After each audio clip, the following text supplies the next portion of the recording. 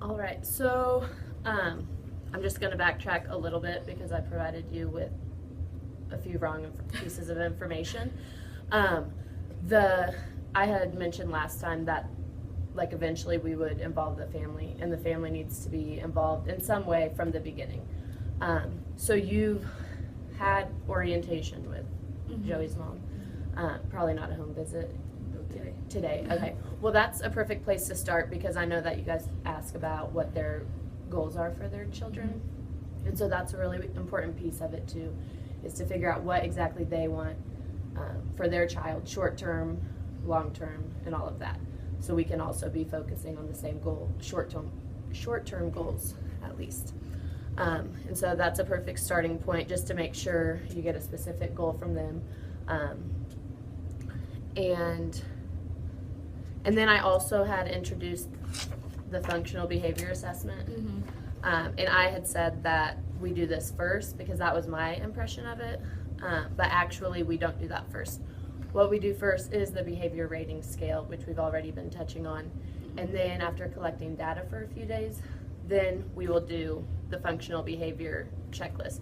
Just one time, just to get a better understanding of what the behavior, what is going on with it. And then from this, that's when we will create a behavior support plan, focusing on at least one strategy in the prevention, at least one strategy in the teaching, and at least one in the reinforcement. So then after that, after we come up with the behavior support plan, then we'll go back to the behavior rating scale and be filling that out again and seeing if the support plan has impacted any of the results on this. So that is the accurate information. So for the modeling will be the next one that we do, and we can start that as early as tomorrow. Okay. And the skill set rubric, usually we have a lot more steps. This time it'll just be observing the child during free play because we are just focusing on one time of the day, and you said that's when it happens most. And then at the end of the free play, we'll complete the behavior rating scale. Okay.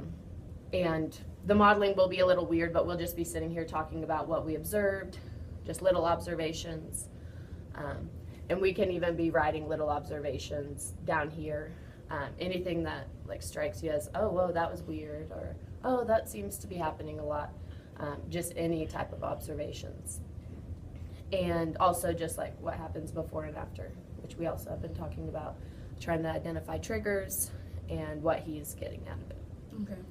So, and Mr. Sanford, if you want to just kind of eavesdrop in, because you might be collecting data too, like if Tracy's gone for a day or whatever. And so our main thing is just we're observing Joey during free play and figuring out, rating his behavior. So, all right. So, how does using this process in this sequence help a child, in this case Joey, participate in access instruction? Like, how is this helping him As a